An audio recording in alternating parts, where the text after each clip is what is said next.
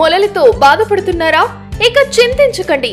బంటారం బస్వరాజ్ ఆయుర్వేద చెట్టు మందు ఇచ్చి మీకు సంపూర్ణ విముక్తిని అందిస్తుంది. 3 రోజుల్లోనే ఫలితాలు కనిపిస్తాయి. ఎటువంటి సైడ్ ఎఫెక్ట్స్ ఉండవు. రక్తం కారుట, వాపు, చీము మరియు అన్ని రకాల ఆర్షమొలల బాధలకు చెట్టు మందు ఇచ్చి చికిత్స చేయబడను.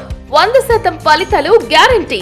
ఆయుర్వేద చికిత్సలో ప్రకృతి సిద్ధమైన మూలికలతో తయారు చేసిన చెట్టు మందును ఉపయోగిస్తే మీ సమస్యకు శాశ్వతంగా పరిష్కారం దొరుకుతుంది.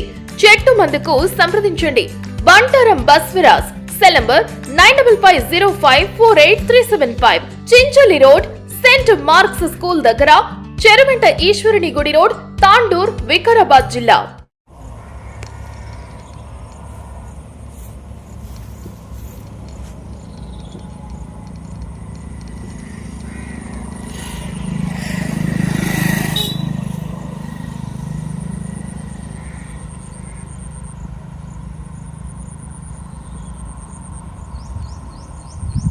సర్దార్ సర్వాయి పాపన్న గారి ఆశయాలను సాధిస్తాం. సర్వాయి పాపన్న గారి ఆశయాలను సాధిస్తాం.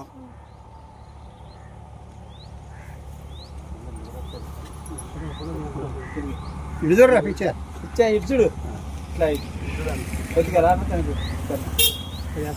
అది కొంచెం ముఖం మాట నీరు దాన్ని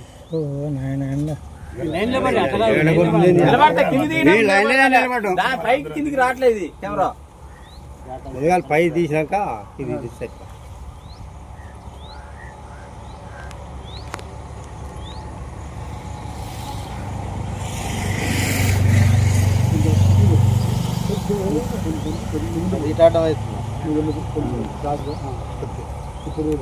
ఇప్పుడు వస్తుంది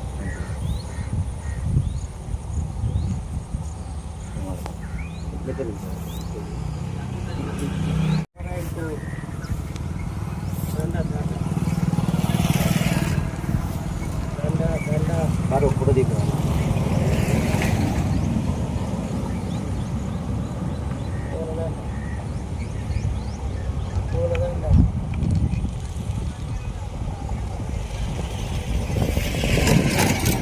ఆధార్ కార్డ్ ఫోటో తీసారు అంత పారు తీయండి. అందరికీ గ్రూప్ కూడా తీస్తారు. గ్రూప్ కొద్దిగా మనం కూడా ఎంకరేజ్ చేస్తే జరాలు పెట్టి అందరూ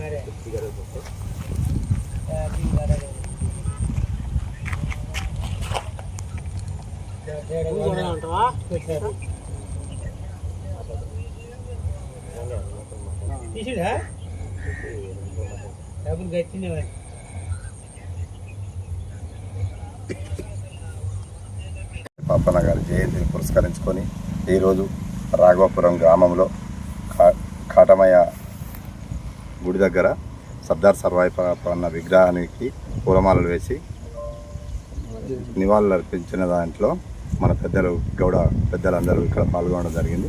వాళ్ళందరికీ శుభాకాంక్షలు. మరియు ఈ గౌడ సంఘానికి పెన్షన్స్ కూడా 50 సంవత్సరాలు పూర్తయిన వాళ్ళకి గవర్నమెంట్ రేవంత్ రెడ్డి గవర్నమెంట్ కూడా మొన్న నుంచి అప్లై చేసుకోమని చెప్పారు. మరి ఒకవేళ ఎవరైనా మన గ్రామం నుంచి కానీ మనకు తెలిసిన మండలాల నుంచి కానీ ఉన్న వారందరికీ కూడా ఖచ్చితంగా అప్లై చేసుకోమని చెప్పండి. 50 సంవత్సరాలు పూర్తయిన తర్వాత ఖచ్చితంగా కూడా మన గౌడ కులస్తులందరికీ కూడా పెన్షన్ ఇచ్చే విధంగా ఏర్పాటు చేస్తూ ఉన్నారు.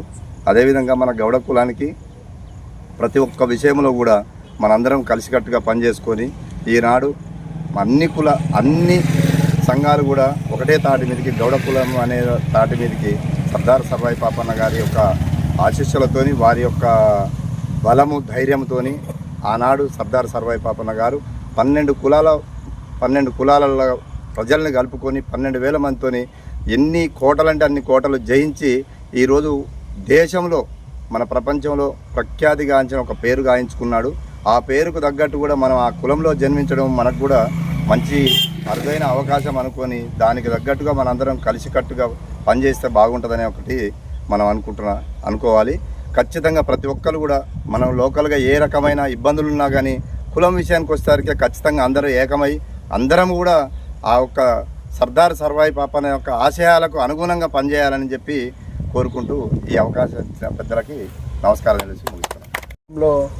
రాఘవాపురం గ్రామంలో సర్దార్ సర్వాయి పాపన్న జయంతి ఉత్సవాలను ఘనంగా నిర్వహించడం జరిగింది. సర్దార్ సర్వాయి పాపన్న గత 360 సంవత్సరాల క్రితమే మన గౌడ్స్ అంటే ఏంది, విధి విధానం ఏంటి, అసలు భారతదేశంలో తెల్లదొరలు పరిపాలన కాలంలోనే 360 సంవత్సరాల క్రితమే మన తెల్లదొరలని గురికిచ్చి వాళ్ళ మీద ఉద్యమాలు చేసినటువంటి చరిత్ర మన కల్లుగీత కార్మిక సంఘం తరఫున మూతమల్ల కేంద్రంలో నిర్వహించడం జరిగింది. అలాగే ఇప్పుడు సర్దార్ సర్వై మనం జెండవందనం జరుపుకున్నాము, 80 సంవత్సరాలు జెండవందనము. అంటే మనకి 360 సంవత్సరాల క్రితమే సర్దార్ సర్వై పాపన్న ఈ దేశాన్ని, ఈ రాష్ట్రాన్ని ఏ విధంగా అసలు చరిత్ర అనేది మన అందరికి తెలిసిన విషయమే. దాదాపు తెలవనట్టు లేరు. ఇవాళ రేపు అంతా ఆన్లైన్ వ్యవస్థ ఉంది కాబట్టి అందరూ తెలుసుకున్నారు. కానీ దీన్ని ఇంకోటి ఏంటంటే ఈ కల్లుగీత కార్మిక సంఘం బలోపేతం కోసం గౌడ్స్ అందరూ కూడా ఐక్యం కావాలని సర్దార్ సర్వై పాపన్న యొక్క జయంతి ఉత్సవాలను నిర్వహించేందుకు ధన్యవాదాలు తెలుపుకుంటున్నాం. రోజు అంటే మనకి ఎల్లుండి అనగా 18 తారీఖు ఆగస్టు 18 తారీఖు నాడు మన సర్దార్ సర్వై పాపన్న జయంతి ఉన్నది కాబట్టి అంటే దాని సందర్భంగా ఏంటంటే ఈరోజు ముందే ఏర్పాటు చేసుకోవడం జరిగింది. ఎందుకంటే ఆ రోజు మన సర్దార్ సర్వై పాపన్న పుట్టిన ప్రదేశము జనగాం జిల్లా కిరాష్పూర్ గ్రామంలో ఆ రోజు అక్కడ బస్సు యాత్ర అప్పుడు దాదాపు ఆగస్టు 2 నుండి మహబూబ్ నగర్ మానకోట నుండి ప్రారంభమైన బస్సు రేపు మన 18 తారీఖు నాడు ముగించడం జరుగుతుంది. కాబట్టి ఆ కిలాష్పురంలో పెద్ద భారీ ఎత్తున సభ ఏర్పాటు చేయడం జరుగుతుంది. అంటే ఈ సర్దార్ సర్వై పాపన్న పుట్టిన ప్రదేశం కిలాష్పురం కాబట్టి అక్కడ భారీ ఎత్తున సభ నిర్వహించి అక్కడి నుండి హైదరాబాద్ ట్యాంక్ బండి దగ్గర ముగియడం జరుగుతుంది. కాబట్టి అయితే సర్దార్ సర్వై పాపన్న ఒక బహుజన వీరుడు, ఒక వాసన చెప్పాలంటే అందరి వాడని చెప్పుకోవాలి. ఎందుకంటే అతనికి కుల మత భేదం లేకుండా ఆనాడే దాదాపు 366 సంవత్సరాల క్రితం అతను ఒక కుల మత భేదం లేకుండా చేసి ఆనాడు యుద్ధం చేసిన ఒక మహానుభావుడు, గొప్ప యోధుడు, ఒక గౌడ కులంలో పుట్టిన వ్యక్తి సర్దార్ సర్వై పాపన్న. అంటే అలాంటి మహానుభావుని అణగదొక్కడానికి అగ్రవర్ణాలు, అగ్ర కులస్థులు, భూస్వాములు అందరూ కలిసి అతను అణచివేస్తానికి కోసమే ఈ కార్యక్రమం చేసి తప్ప. కానీ ఈరోజు చూస్తున్నాం మనం కొన్ని గ్రామాల్లో, మామూలు గ్రామాల్లో ఉండే సర్పంచ్ కానీ, ఎంపీసీ కానీ, సర్పంచ్ జడ్పీసీ ఎవరు కానీ, ఎమ్మెల్యే కానీ చనిపోతే వాళ్ళ విగ్రహాలు ఏర్పాటు చేస్తారు. అంటే ఒక బహుజన వీరుడు, అంటే మనందరి కోసం పోరాటం చేసిన త్యాగధనుడు, తెలంగాణ గడ్డపై పుట్టిన మహానుభావుడు.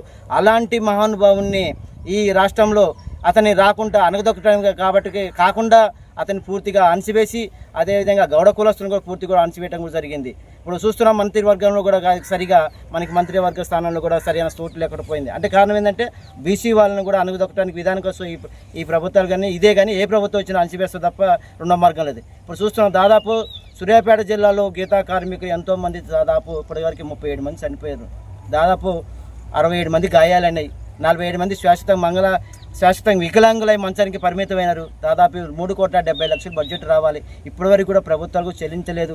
అంటే ఎందుకు చెల్లించడం కూడా నిర్లక్ష్యం ఏంది అంటే ప్రభుత్వాలు కొంత నిర్లక్ష్యం, బడ్జెట్ లేదు అంటున్నారు. మనం దాదాపు ఎన్నోసార్లు కూడా పోరాటం చేసినాం, ధర్నా చేసినాం, కలెక్టర్ గారికి కూడా మెమోండరం కూడా ఇవ్వడం జరిగింది. అయినా కానీ ప్రభుత్వం స్పందించి కూడా రాకపోవడం కూడా చాలా బాధాకర విషయం. ఇక రేపు చూస్తున్నాం మనం గ్రామీణ ప్రాంతాల్లో వర్షాలు వచ్చినప్పుడు, వరదలు వచ్చినప్పుడు కొట్టకపోతే ఒక్కొక్కరు ఎమ్మెల్యే కానీ, ఎంపీలు కానీ, మంత్రులు కానీ ఓటాగొట్టిన వాళ్ళ ఇంటికి వెళ్ళి పరామర్శించి వాళ్ళకి 5-10 లక్షలు చెక్కిస్తున్నారు.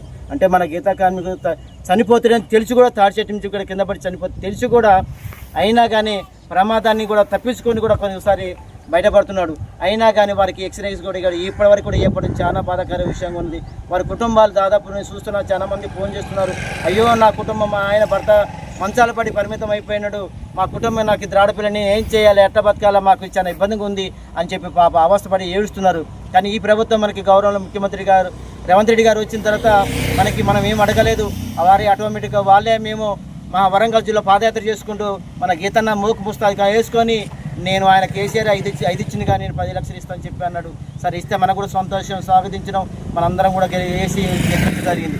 అయినా కానీ అది ఇప్పటివరకు కూడా 10 లక్షలు కూడా జీవో చేయలేదు, ఇంకా మంజూరు చేయలేదు. పాత జీవో ప్రకారమే 5 లక్షలు అయ్యి దాదాపు ఇప్పటికే 2 సార్లు దఫాగా ఇచ్చింది తప్ప అసలు ఇచ్చింది కూడా ఏం లేదు. ఒకసారి 28 లక్షలు ఇవ్వడం జరిగింది, ఒకసారి 11 లక్షలు ఇవ్వడం జరిగింది. ఇప్పటికీ దాదాపు ఇంకా 2,83,00,000 ఇంకా మనకి బడ్జెట్ రావాలి. ఈ మధ్య కాలంలో దాదాపు 1,85,00,000 విడుదల చేసినాను చెప్పిండు, అనుకున్నట్టుగా మళ్ళీ ఆపేసింది. కాబట్టి అందుకనే మనకి ఇప్పుడు బస్సు యాత్ర ఏర్పాటు చేసి జరిగింది. దీనికి రాష్ట్ర అధ్యక్షులు కార్యదర్శి ఎంవి రమణ గారు, బెల్లంకొండ వెంకటేశ్వర గారు బస్సు యాత్ర చేసి ఆ మొత్తం తెలంగాణ రాష్ట్రం మొత్తం కూడా చుట్టుపక్కల కూడా తిరిగి మొత్తం ప్రచారం చేయడం జరుగుతుంది. ముఖ్య ఉద్దేశం ఏంటంటే గీతా కార్మికులు పెండింగ్లో ఉన్న ఎక్స్రేస్ ఇవ్వాలని, అదేవిధంగా గీతా కార్మికులకు ఇవ్వాల్సిన 2,000 కాదు 4,000 ఇవ్వాలని, భర్త చనిపోయిన వెంటనే భార్యకు కూడా వెంటనే పెన్షన్ మంజూరు చేయాలని చెప్పేసి, అదేవిధంగా గీతా కార్మికులు 5 ఎకరాల భూమి కూడా స్థలం కూడా కేటాయించి అందులో బోరు వేసి వారికి అవకాశం కల్పించాలని, అదేవిధంగా ఇప్పుడు తాళ్ళు కూడా చాలా ఎత్తైన ఒక దాదాపు ఎవరెస్ట్ శిఖరం ఎత్తున్నాయి అంత ఎత్తే ఎక్కాలంటే ఇబ్బంది పడుతుంది కాబట్టి పొట్టి వంగడ తాడి చెట్లు అవి చాలా కిందికి ఉంటాయి, అవి ఎక్కే దాంచిపోయా కానీ వాళ్ళకి ప్రమాదం జరగవు. అదేవిధంగా కాటమారి రక్షణ కిట్లు కూడా ఇప్పుడు దాదాపు జిల్లాల్లో మన సూర్యాపేట జిల్లాకి 6,575 ఇచ్చినాయి, కానీ పంచియటం మాత్రం 2,033 పంచించారు, ఇంకా 4,566 ఇంకా కాసం కడమాయి కిట్లు పంపించలేదు. అంటే ప్రభుత్వం కొద్దిగా నిర్లక్ష్యం చేస్తున్నారు. అంటే ప్రభుత్వాలు మారుతున్నాయి, మాకు ఏ ప్రభుత్వం మాకు శత్రువు కాదు. ప్రభుత్వం ఏ ప్రభుత్వం వచ్చినా మాకు మేము స్వాగతిస్తాం, వాళ్ళని గౌరవిస్తాం. కానీ గీతా కార్మికుల సమస్యలు పరిష్కరించే వరకు కూడా మా చేస్తే పోరాడితే మంచిదని చెప్పి ఈ అవకాశం మీ అందరికీ పేరు ధన్యవాదాలు తెలియజేస్తూ మీడియా మిత్రులందరికీ ధన్యవాదాలు తెలియజేస్తున్నాం.